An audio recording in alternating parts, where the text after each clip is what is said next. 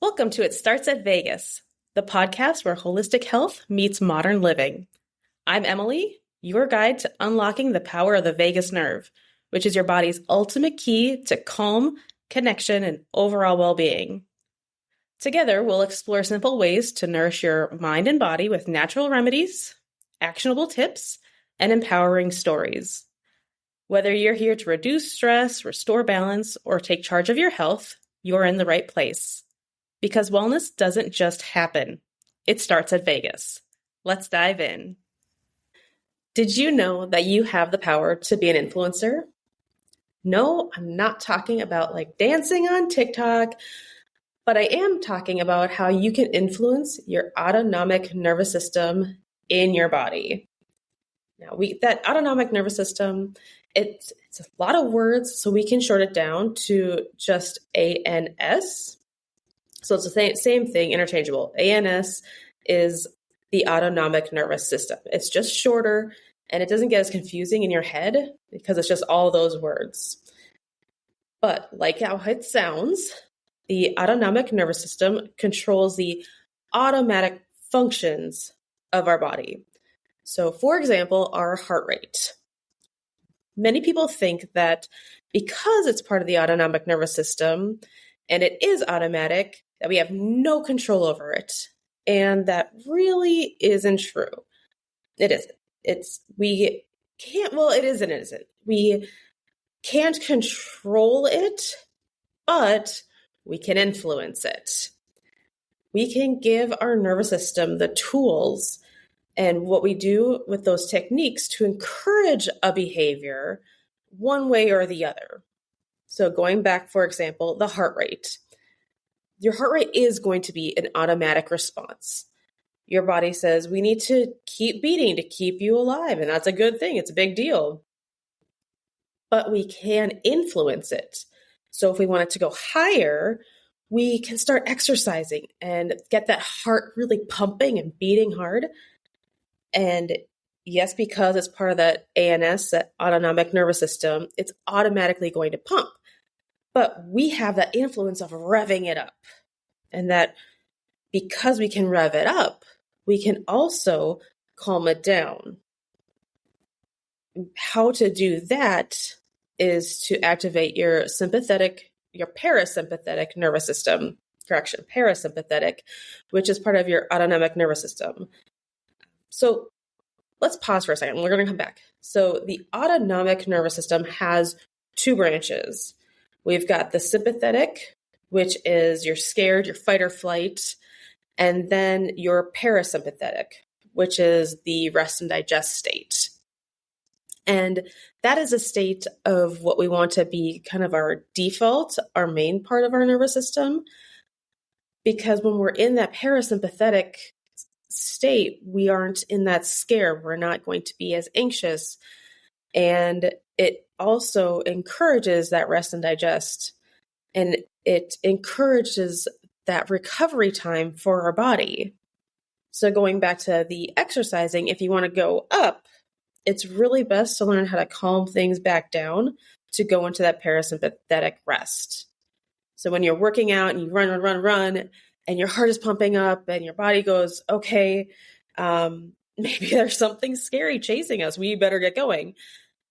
But then once you're done with your workout, you really need to calm it down and say, everything's going to be okay. And that's why a lot of people choose stretching. Stretching is a slower process. And so the heart can say, okay, we don't have to run. Nothing is chasing us. And so again, we go from that high with that sympathetic rush to calming it down to the parasympathetic. And that is just one way how we can use our autonomic nervous system for whichever direction we want to go. So how does this relate to the vagus nerve? Well, the vagus nerve does control both the sympathetic and parasympathetic. It has that gateway to do both. So it's like the captain of the nervous system. It helps us create that calm and balance in our life. And its role is to help create that calm so that we don't feel that anxious and anxiety. It's to help create more balance in our life. So to influence the autonomic nervous system, that vagus nerve just needs to be more flexible and toned. So let's say you're in a state of high anxiety and you just can't get your mind to slow down. It's just overwhelming you. If you take a moment to recognize and say, okay, what's in my toolkit to slow it down? One of those things that you can really do just to slow it down is just a quick doodle of anything. Just get out a piece of paper and start doing some squiggly lines, and then draw some more squiggly lines and adjust it.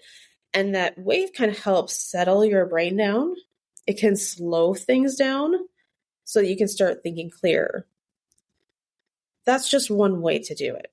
But when you physically write something, your brain takes more energy to do that. And because we're not just like writing down a whole bunch of words, it can just do it smoother. So it doesn't have to worry about, was that in the right form? Did we write that sentence correctly? But drawing, again, just something, a doodle, just lines. It's just smooth. It calms it down. Let's talk about some more additional things that we can do.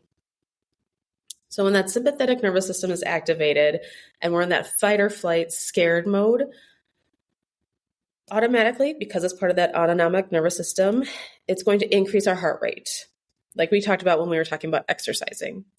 And that's a good thing, because when the heart rate's up, that it allows our heart to do the things.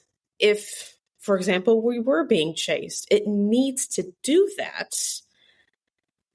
But we also need just to figure out, how long should that happen? Because some stress, as silly as it sounds, having some stress in our lives is a good thing. We don't want to ignore one or the other.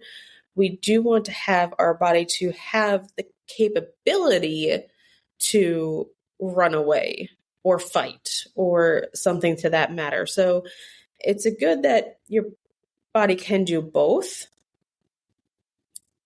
But what it's going to do is when it's in that sympathetic state, it's going to put a pause on digestion. And it says, we're going to take a break because something else is needed more important. And sometimes it's just your body's way of saying, hey, we got to figure out, we only have so much to do. We only have so much energy in the day. What's more important? And so if you're saying, I have stress over here, then it says, okay, just put a pause on digestion, put a pause on recovery, because this is more important. And that is where you can start taking, your deep breathing, slowing down your breathing. Take a deep breath with that diaphragm. So again, back to that exercise example, after you run really hard, you need to, one, learn how to breathe correctly if you're exercising that hard, but two, doing those breathing exercises afterwards helps calm down your body. So learning how to breathe while you exercise is very important. You don't want to always do like that shallow breathing or holding your breath. You want it to be controlled. You want it to be, often we want it to be in through the nose, out the mouth. And other times we want it to be in the mouth and out the nose. It's kind of depending on what exercise you're doing, or if you're doing a breathing exercise, you want to do different ways of breathing, because we don't want to ignore one area that our body is capable of doing. So giving it a variety allows it to use all the parts. And eventually your body's able to adjust by itself, and you'll calm down faster. You won't have to put in as much effort to calm and clear your thoughts. But at the beginning, for many people, they have to craft the art of running, because it can default to that sympathetic, scary nervous system rather quickly. But you can also do the opposite when you get the parasympathetic nervous system goes. It helps slower your heart rate. It allows you to do the deeper breathing because you can slower it. That's your influence. You can take a moment and breathe with your diaphragm. You don't have to breathe with your shoulders. You can do it with your diaphragm. And you're going to get good, big, deep breaths. You're going to use your lungs more. You're going to use the muscles around your rib cage more. And again, just using all those different angles and different parts. And when your body says, okay, we have the time to breathe, now we can digest our food because nothing's attacking us. And we know that it's safe. And because your brain is all about being safe. That's its number one job above anything else. It will trump anything to say, if I don't feel safe, that's going to be the number one thing, survival. And it will tweak and adjust. So if every day you're having that anxiety and stress and that burnout feeling, it's just because your body's saying, hey, we don't feel safe enough to calm down. And that's why for us, exercise is actually trying to exercise in a state of rest. It's training our body and mind to calm down versus pumping it out in the gym. So we don't want to add stress. And again, exercise is good stress typically, but when your body is anxious and stressed and over that chronic state where now it doesn't digest and you can't sleep and your health is starting to deteriorate, that's where we need to actively rest, actively take time during the day to settle things down. So when it feels safe, it says, okay, now it's time to work on other projects in the body. And now we can focus on other ways to keep us alive. But we're in that scared setting. It says, nope, that those things need to be turned off. And the body wants to be able to fix itself. It's supposed to do that. And we are able to bounce back and forth. Again, we just want to have more of that calm feeling than the anxious one. So why wouldn't we want to stay in that rest and digest? Like you think, hey, that's a really good idea. Well, there's a few reasons. You think that would be a great idea, but you have to be alert when you're driving. Driving needs to be alert. You need to be aware of around what's going on around you. Another example is if you're taking care of little ones, you always have to be aware of what's going on. And you need that alarm to go off. You want that alarm to go off. So to say, I never want to get my sympathetic state going, that's not helpful either. Again, the body has that in design for your safety, and it does want to keep us safe. It just doesn't want to overtake our life. So how we affect the autonomic nervous system is really with that vagus nerve.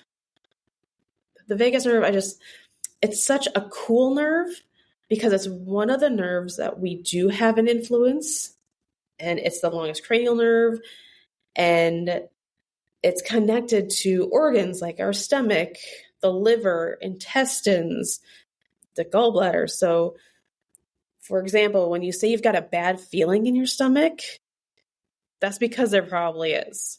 It's making that mind-body connection because your stomach goes, ooh, that's a bad feeling. I have a bad feeling about this.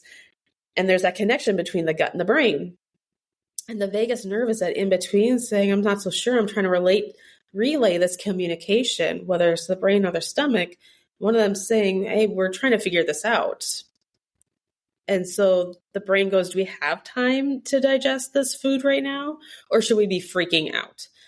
And that's where the vagus nerve is where we can influence it because it's responsible for calming down the body and activating the two different systems between the fight or flight and the rest and digest. It has the capability to figure out which one needs to be the main player of the game. Like I said, it's kind of like that captain or coach.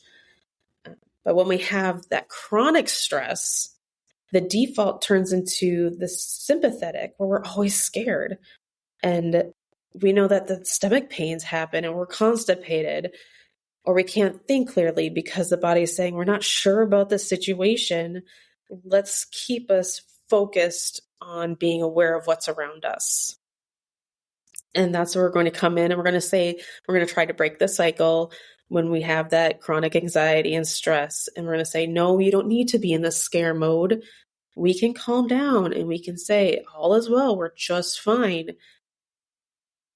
So having the high vagal tone is associated with better emotional and physical health because there's that mind-body connection.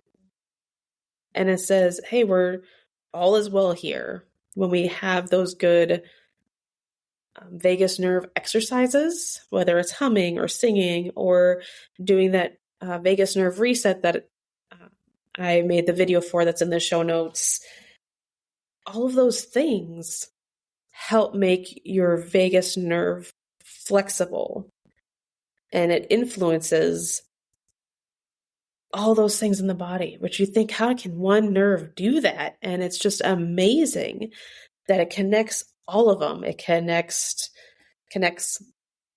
that automatic function of the ANS, where we can bounce between the sympathetic and parasympathetic. So let's talk about 3 ways that you can influence it, how you can affect your vagus nerve and the autonomic nervous system. First, let's talk about breathing techniques. Then we'll talk about the heart rate, and then we'll talk about a few digestion hacks too. So first, diaphragm breathing. Very helpful. This is how we activate that parasympathetic system. Starting to tongue-tie me. So you can do box breathing. And box breathing is just where you inhale for 4 seconds, hold your breath for 4 seconds, then exhale for 4 seconds, and then hold again for 4 seconds. And it's called box breathing because it's kind of, if you were to draw it out for 4 seconds, everything's equal like a box on all the different sides. You can also do extended exhale breathing. So inhale for 4 and then exhale for 8. That slowing of the breath tells our body nothing's coming after us. We're okay. And let's pretend you don't have a lot of time or you can't think of it on the fly. Just take 2 short inhale breaths, really fast, snap, quick ones, and then a long out. So 2 quick in, 1 out. Then there's how to regulate the heart. And I said that we can do through exercising. And you can do that through active exercising or actively resting with the breathing. That's a good exercise because breathing will help your heart rate slow down. But if you want to increase it, obviously exercise, but bring it back down. Another idea could be like Tai Chi, and you can be mindful of the moment. That really helps things slow down. Just taking it back a second, look at the situation and determine, am I really being threatened? Most likely not, hopefully not. And then you can tell yourself, no, everything is okay, we're fine. So what would that look like in real life? So for example, I've got kids. And when they were little, the stress is higher. Sometimes because everything feels like it has to be done like right now, whether they're crying or let's take the example of potty training. Potty training is it's on a time frame, there's a timetable, there's a short window where it works. And when it doesn't, there's accidents happen and you try being so fast and on the spot, but it doesn't always happen the way we want it to. And when accidents do happen, it's usually at a higher stressful time or it creates that stress or food's cooking or the dog's barking or things are just happening all the time and just like snowballs. And you're just like, oh, this is when it's happening. And you can just feel like your heart goes a little faster. and your breathing probably slows down and you hold your breath. And instead of letting that snowball, take a moment, step back, and think, is this really something I need to worry about?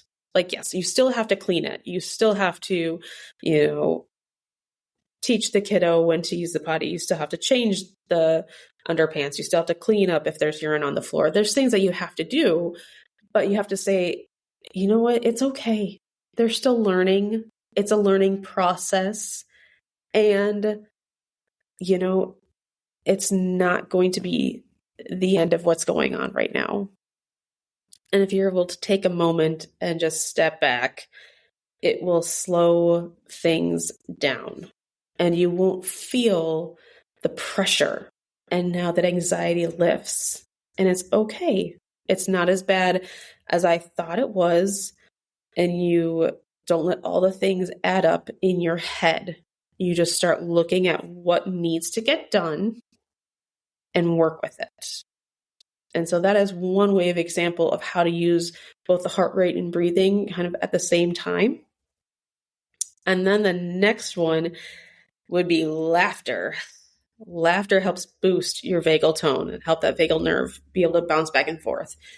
It helps reduce stress hormone like cortisol. And laughter just keeps that heart like joyful. And it doesn't feel heavy or weighted down. And so you start figuring out like what makes me happy, what makes me laugh throughout the day. And so you don't feel so stuck. So laughter is an easy thing to do. You just try to find like, I really like listening to comedians because I don't have to create anything funny. I can just laugh with them. So if that's how you have to end the night, listening to your favorite comedian or having a little fun, board game or tic-tac-toe with somebody that you like, just a lighthearted one that doesn't take a lot of emotion or thoughts, just kick back, relax, and have some laughter. And then at nighttime, you feel happier. And then you go to bed and you're able to sleep easier. And then your body can rejuvenate and recover easier. And then you sleep better and you wake up better. And then it gets that snowball effect of all the good things. And that's what you want to choose. So you want to just work with that and say, hey, we're just going to find little mini ways how to increase laughter throughout our day, especially at night. Then that goes into the digestion and how we influence it.